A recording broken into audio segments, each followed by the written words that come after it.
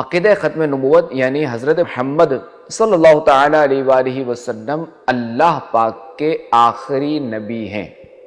اور ان کے بعد قیامت تک کوئی نیا نبی نہیں آ سکتا۔ ایک مسلمان کا یہ عقیدہ ہونا اس کے مؤمن ہونے کے لیے بہت ہی ضروری ہے، اور اگر کوئی اس کا انکار کر دے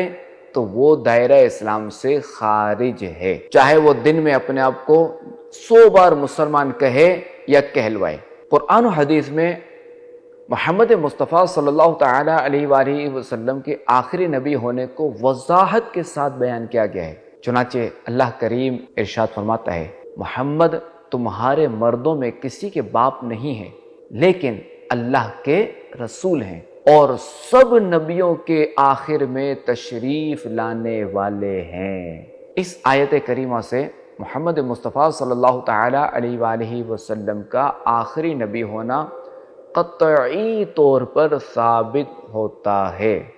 اور صحیح ستہ کی بکثرت احادیث جو حد تواتر تک پہنچتی ہیں، ان سب سے یہی ثابت ہوتا ہے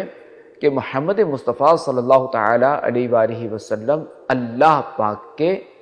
آخری نبی ہیں، اور آپ کے بعد کوئی نیا نبی نہیں آئے گا۔ اور جو کوئی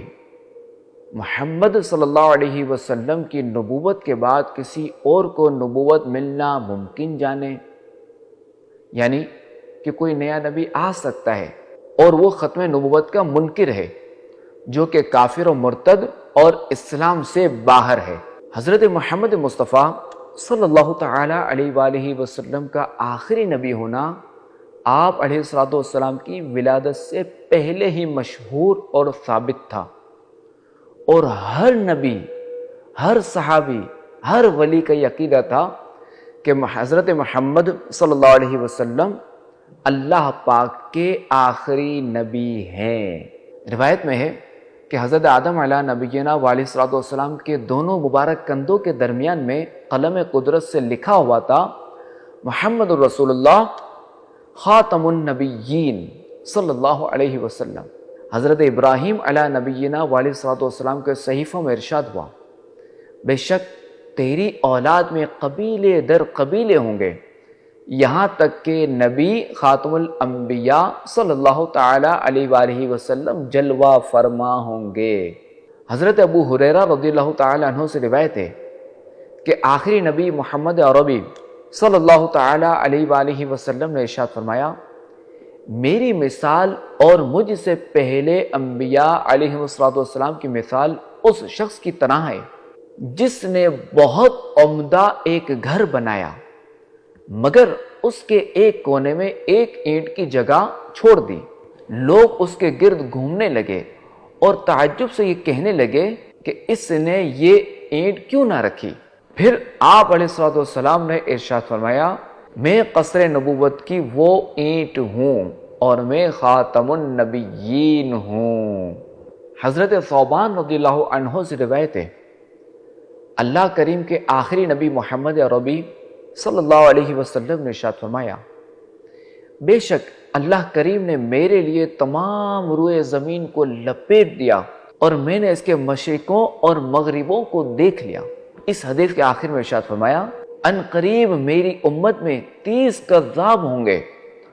ان میں سے ہر ایک گمان کرے گا کہ وہ نبی ہے، حالانکہ میں خاتم النبیین ہوں اور لا نبی بعدی، یعنی میرے بعد کوئی نبی نہیں ہے۔ حضرت ارباز بن ساریہ رضی اللہ تعالی عنہ سے روایت ہے، اللہ پاک کے آخری نبی محمد عربی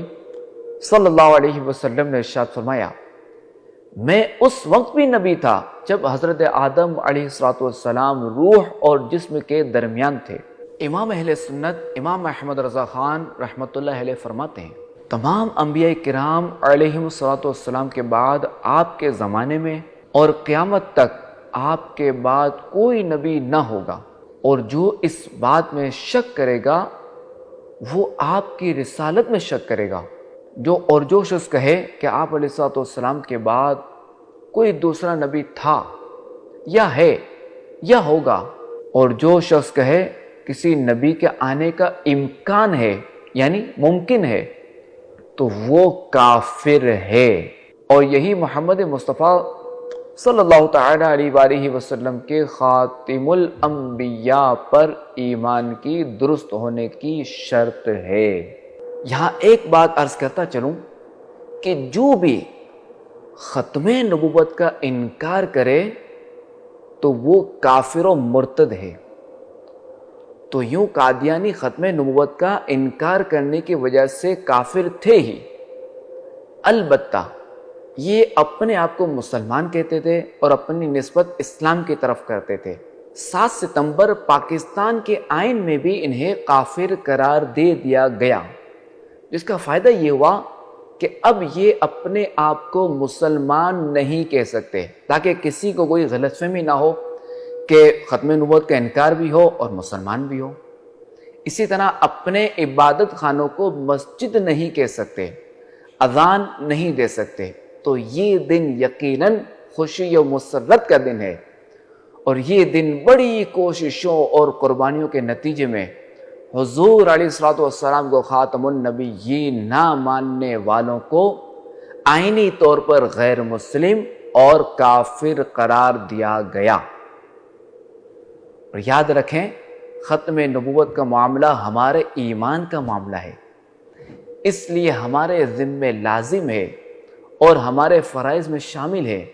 کہ عقیدہ ختم نبوت کی حفاظت کے لیے ہر ممکن قدم اٹھائیں، تاکہ کوئی بھی شر پسند اپنے غلط عقائد سے نبی اکرم